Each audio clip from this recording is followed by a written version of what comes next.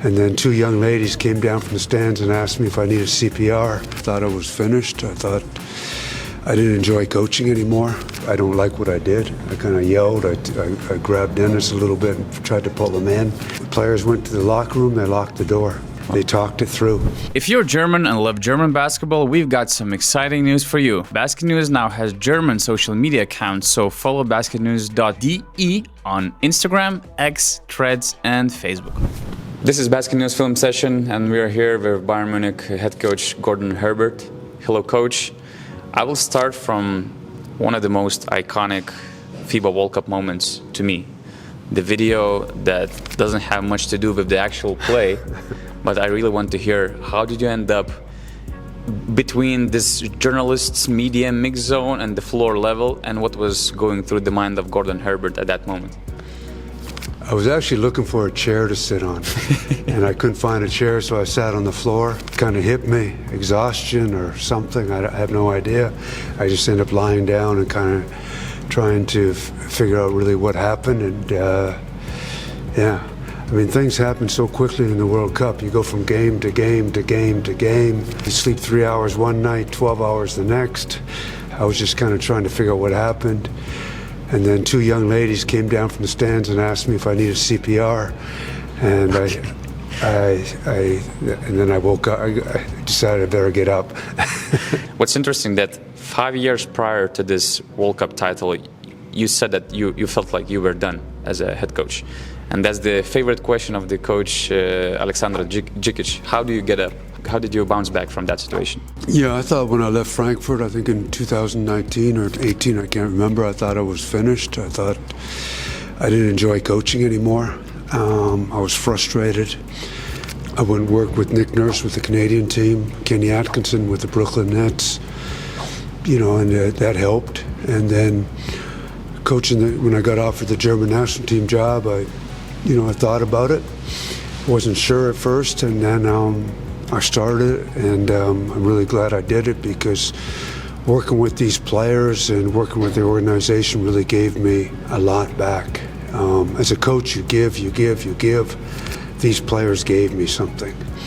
Just their joy to play, their honor to represent their country. It gave me the joy back of coaching. We have Beyond Plus members community on our website, basketnews.com, and those members have an opportunity to send questions to our guests. One of the guests was Eren Yeger from Greece, and he actually watched you coaching 16 years ago when you were the head coach of Aris Thessaloniki. And his question was, what adjustments did Coach Herbert need to make to show us this attractive offensive basketball? And also, this version of Bayern reminds us of this high-tempo basketball of the German national team with multiple threats simultaneously. What are their similarities and differences between those teams? And I'll just add my short part. How did you envision a winning team and winning culture when you started in 1994? And how did it change? How do you see winning as a winning culture in 2024? It's a good question. As far as I used to be a defensive coach, first and foremost. I think my interactions with David Blatt over the years really helped me grow as an offensive coach, and understand that we need to spend a lot more time on the offensive end than the defensive end. I was 75% defense, 25% offense. Not very creative on the offensive end. I became much more interested in the offensive side of basketball a few years ago after working with Nick Nurse. I took what he was doing, I took what I was doing, and I created what I call offensive concepts. We teach offensive concepts before we teach plays, which for me is a lot about spacing, angles, timing, and this is how I like to play. And I want our players to enjoy playing basketball. And I think when you can enjoy what you do, you have a much better chance to be successful. Now your emotions come out, and your enthusiasm comes out, and I think people relate to that. As far as your second question, when I started coaching, I was always about strategy, X's and O's. And now, first and foremost, I'm about building a culture. And I call it, with Bayern Munich, a culture of greatness. With the German national team, I called it a championship culture. And for me, they go hand in hand, strategy and culture. But without a culture, strategy means nothing. And for me, culture is, what's the vision? What are your core values? What's the team identity you want? And after this, you start building your culture. Speaking of the culture, the very next clip, for the most of the viewers, they think it speaks about the poor culture, about the bad chemistry on the team. Bring us to this huddle. What was going on? How did you see the situation? How do you feel about the way you reacted? And how do you approach the conflict? You know, sometimes as a coach, certain things happen you really don't plan for. And this is something, you know, just happened. And, you know, actually Dennis and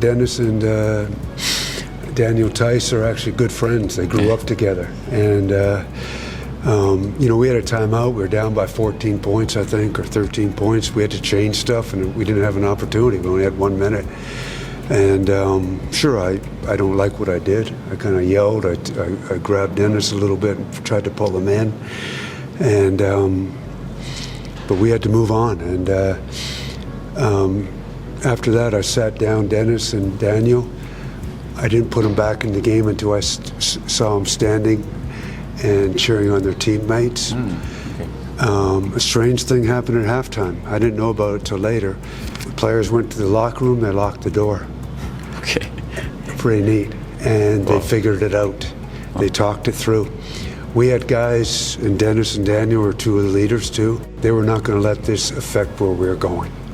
It made us stronger. And when I walked into that, and when I got to the locker room, it was unlocked. And I could walk in, but I had no idea what I was going to see. I had no idea. You kind of read a room when you go into it. You have no idea what you're going to read.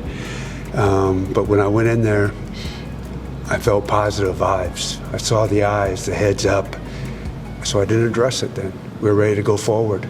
So we were down by 15 points at that time, and we ended up winning by 29 against one of the best teams in the world. And to me, that showed the strength of this team. We're a team, and we move forward. You know, you're going to have some bumps in the road. You're going to have some conflicts. You're going to have some adversity, some challenges, and it's how you deal with them on how you can move forward. You know, we didn't make excuses. It happened. We moved on, and give a lot of credit to the players and the leadership of this group. Get in the game with top basketball leagues. Place your bets with the highest odds for greater wins. Oh, score big with our exclusive bonuses. Bet now and get your bonus. Speaking of the leadership, I had one question and one topic about Dennis and the way he grew as a leader with the national team. What kind of leadership you noticed in him when you just took over?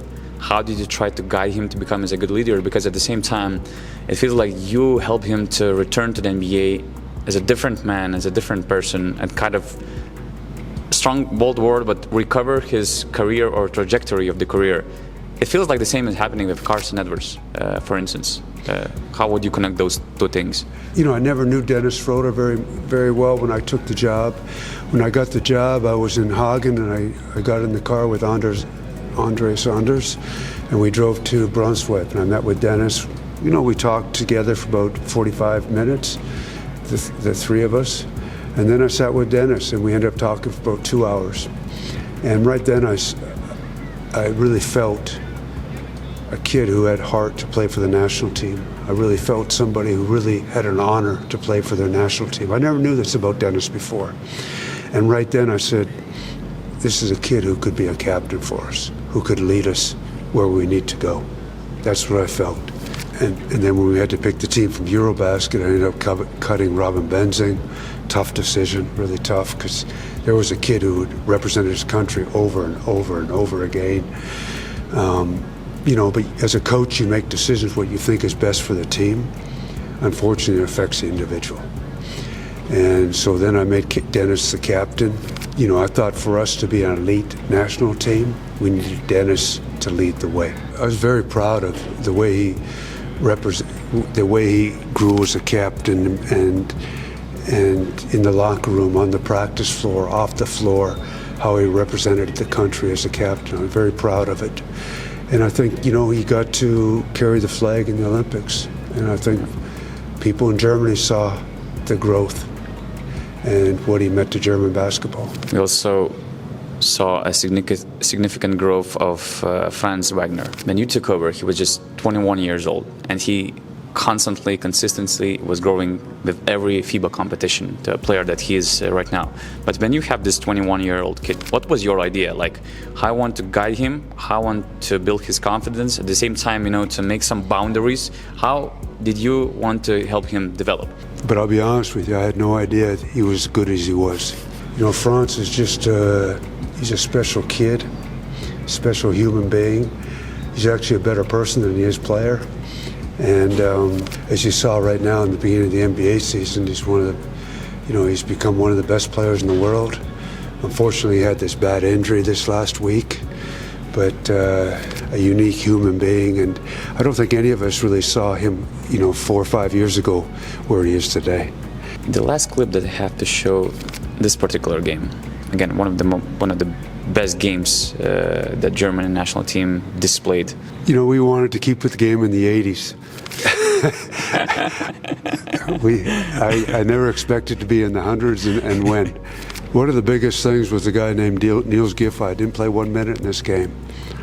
With about 5 minutes to go, he said something to Dennis Schroder about, let's run a little ball screen. Let's force this mismatch, and you can take them.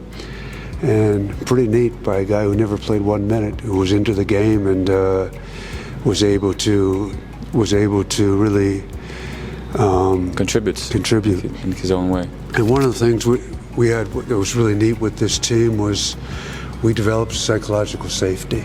What does that mean? That means players were not afraid to come to me or the assistant coaches and say something.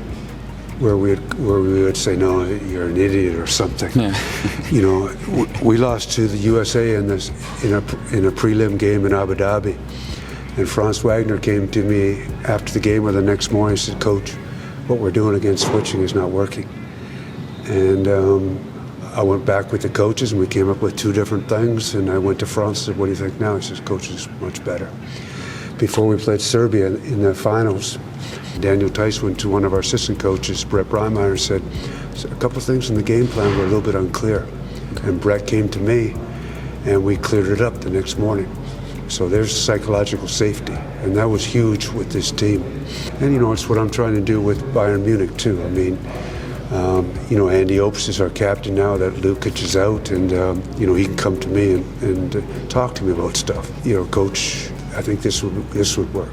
And so I think that's in today's game, I think psychological safety has really become more and more we're not dictators. It's not a dictatorship like coaching was 15, 20 years ago, where we yell and scream and dictate and the highway's this way. I think we learn a lot from our players if we let them talk and they have confidence to come talk. So psychological safety to me has really become more and more important in sports today. You're over 30 years into coaching, but to me it feels like that you're in your peak of coaching, maybe peak of your life, the way you find peace and decisions and the lifestyle. But often guys who are sometimes over 30, over 40, 50 or 60, they feel like that the peak is behind and now there's only a decline ahead. What would be your advice to those who think like that, and what do you think sometimes the decision makers or GMs overlook in terms of evaluating people over 50 or 60 in any profession, not just sports and basketball? I was going to quit coaching because I didn't enjoy it anymore. And I used to be a yeller, screamer. I used to yell and scream every practice. I used to be really intense, this and that. I had friends come to practice and they left. They couldn't watch me. And I got to the point where I went home after practice. I looked in the mirror. I didn't like what I saw. And then, I changed. And with the national team, I raised my voice 1 time in 3 years on the bench against Slovenia. That was it. The 1 time I raised my voice in 3 years. And I just learned that, I need to enjoy what I'm doing. I want to enjoy coming here. I want the players to enjoy coming to practice. If the players would rather go to the dentist than come to practice, we're in trouble. And, there were certain times when we started here with Bayern Munich, I didn't enjoy it. I had a tough time with it. We weren't playing good basketball. We won some games, but we weren't playing well. And, you know, for me, it's not whether we win or lose, it's whether we're getting better or not. Are we enjoy coming to practice, or we enjoy being here? And we're trying to play up-tempo basketball, move the basketball, enjoy the game. And, you know, and I want players to show their emotion, and this and that. But, you know, right now I'm a lot calmer than I used to be. And, you know, I found peace with myself. Sure, I have sleepless nights sometimes, but not as many as I used to. And I've learned to not take the game home with me. I try to take care of myself every morning, give myself something, fitness. Because as a coach, we give. And to a certain extent, we have to give ourselves something too. But I just think for coaches, as we get older, we need to enjoy what we're doing. And if we can't enjoy what we're doing, I don't think we should do it. How to bring that joy? I mean, you have to force it, I guess. It's something that you have to overcome. Because you mentioned yelling and screaming being that bad coach, bad cop. It was your style, or you thought that it might be working in this industry? I thought working with Nick Nurse he brought a lot of energy and kind of enthusiasm and this and that. I thought that kind of helped me change. And back then I wasn't very energetic and this and that. And you know, if I can't enjoy what I'm doing and bring energy and enthusiasm, how can I expect the players to do that? Yeah. You know, so and I think, you know, you want to recruit good people. Team identity is so important. Our team identity is what we feel as a group and what the outside sees. And to me, this is much more important than our goals, our short-term goals, our performance goals. This is much more important that we have an identity. And you watch any great team, you see an identity. You watched the Lithuanian national team many years ago. You saw a great identity on how they played. You watched the Serbian team. You saw an identity. You watched the old San Antonio Spurs. You saw an identity how they played. It doesn't matter what sport. You see an identity. Yeah. And our identity was, we want to see people, you know, we want to enjoy what we're doing. And we want people to feel that joy when they watch us. They want to see a team that plays together. One of the biggest things for a coach nowadays, because of social media and agents and this and that, is taking a bunch of individuals and making them understand this is a team sport and playing together. And I use the quote, "One alone we cannot reach greatness. Together, united as one, we can." Okay, Coach, thanks for bringing joy to this film session. Really appreciate the time. Thank you.